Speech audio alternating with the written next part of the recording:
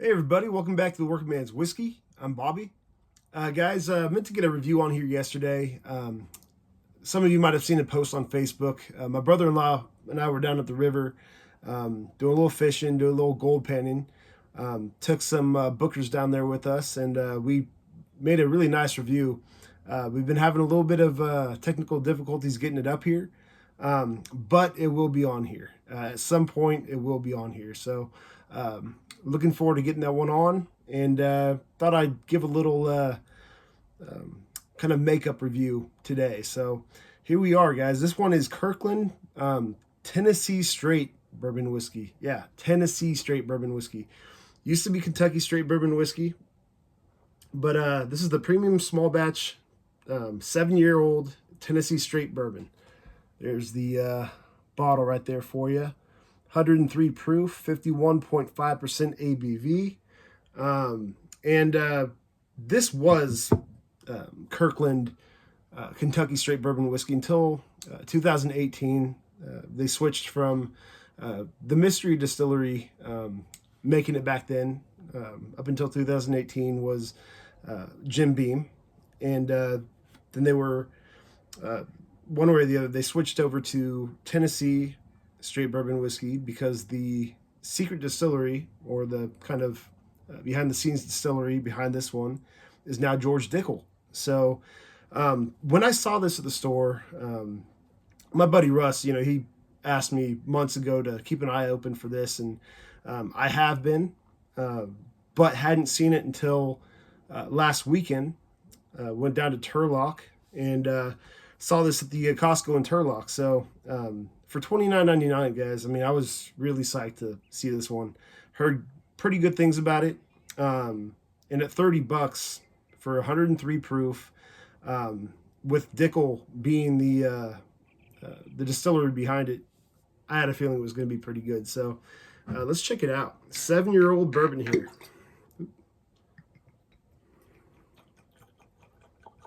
All right. So it says, I'll read you real quick the back. It says, this Kirkland signature small batch bourbon has been aged 7 years in charred American white oak barrels. Complex aromas of caramel, molasses, citrus, and spice with a faint smoky background and a long, rich finish. So there we are.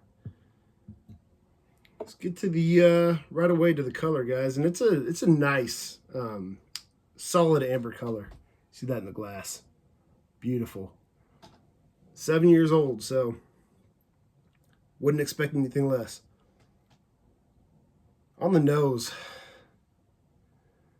and even since I opened this bottle after I got it, took one little taste, was really good, but it's changed since then.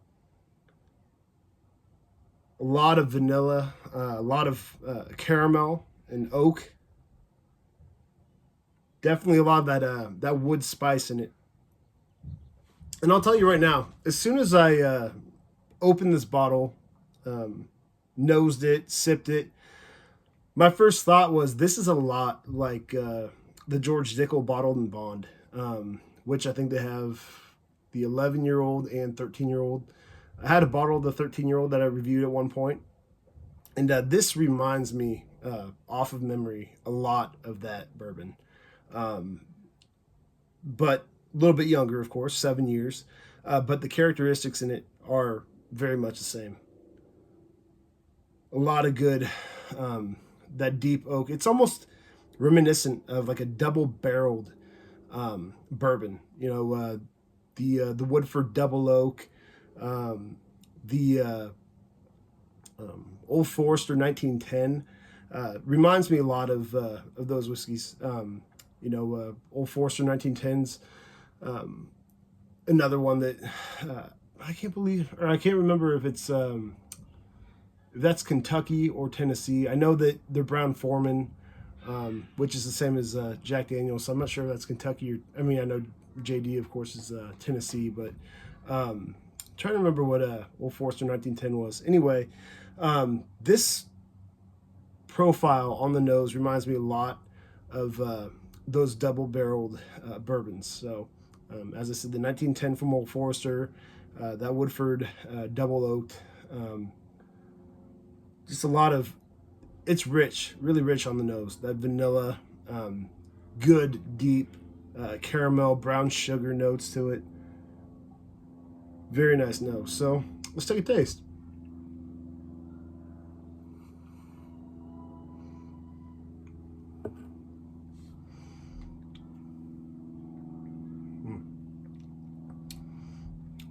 And good thick mouthfeel.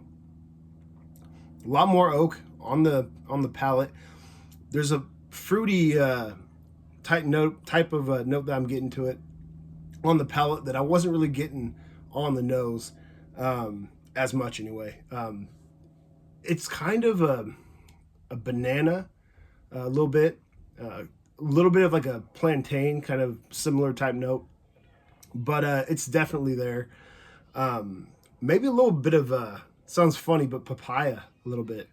But it's got a lot of really good rich notes. It's still lingering too. It's got a good long finish to it. Let's take another sip.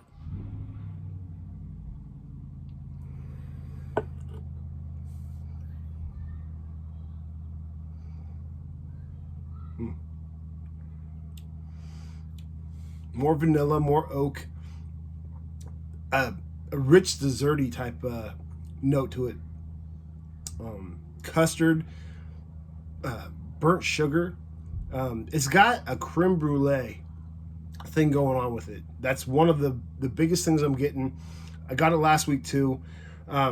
Maybe a little bit toned down now that it's opened up a bit, but that creme brulee is still there, and I really really like that. So, let's take another taste and give it a score real quick, guys.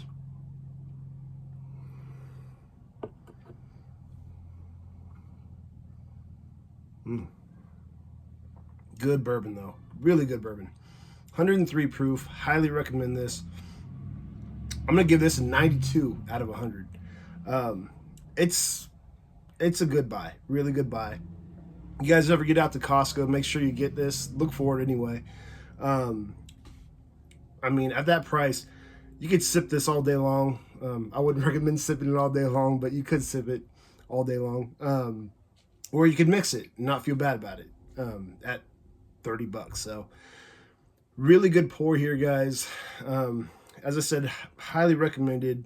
If you like oaky, a little bit of vanilla, good amount of vanilla actually, that custardy creme brulee type note, good deep burnt sugar. It's just got a lot going on for it. And I mean, I'm not surprised it being, constructed by George Dickel, because they put out some really good stuff. They're those bottled and bond offerings they have, the handcrafted bottles they have. They're really good. And as far as Tennessee whiskey goes, George Dickel all day. That's my opinion. I'm sticking to it. So definitely get a bottle of this stuff, guys. That's it for now. Plenty of more reviews coming very soon. This is going to be a pretty busy week because my cousin's getting married, but I'll try to get a review on here. So that's it for now, guys. Hope you have a great weekend, the rest of it, and we'll talk to you soon. Till next time, cheers.